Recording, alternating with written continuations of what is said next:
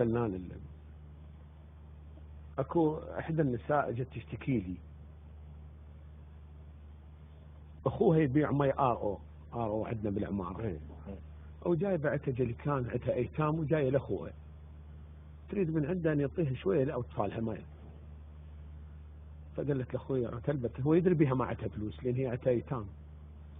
قال لها والله اخوي هو هذا مو الي المي، الاطفال يعود اطفال يبيعون. تصور ردة جليكان بيتها فاره. الله. فقلت هاي وين والعباس وين؟ شلون هاي والله تعال. الله هاي المشكلة، هاي المشكلة. ابو الفضل يقول لها وزن داي، يقول للحوراء زينب يقول لها وزن داي حتى بالعرش يسمع وزن داي، تجيل العتب كل كلمة وزن داي فديت النحر وعيوني وزن داي وكل هذا واحد تقصير بي. الله أكبر. الله.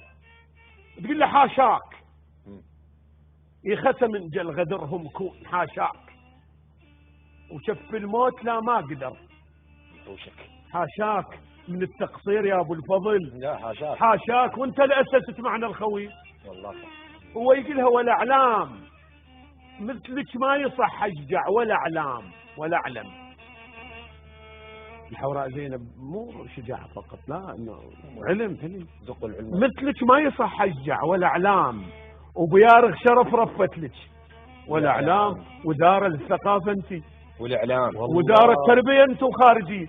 يا سلام يا سلام بارك الله فيك. هي تقول له والاركان منك ترسوي البيده، والاركان انتخيته وما جت الدنيا، والاركان وزاره للدفاع انت، والاركان وكفاح ارهاب انت وداخلي.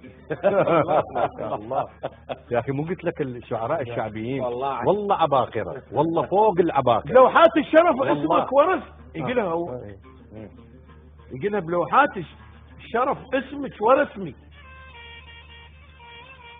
بلوحات الشرف اسمك ورسمي، العرش بعيونه ضم رسمك ورسمي، اول ناطق اعلامي ورسمي، بديوانه فضحت ابن الدعي.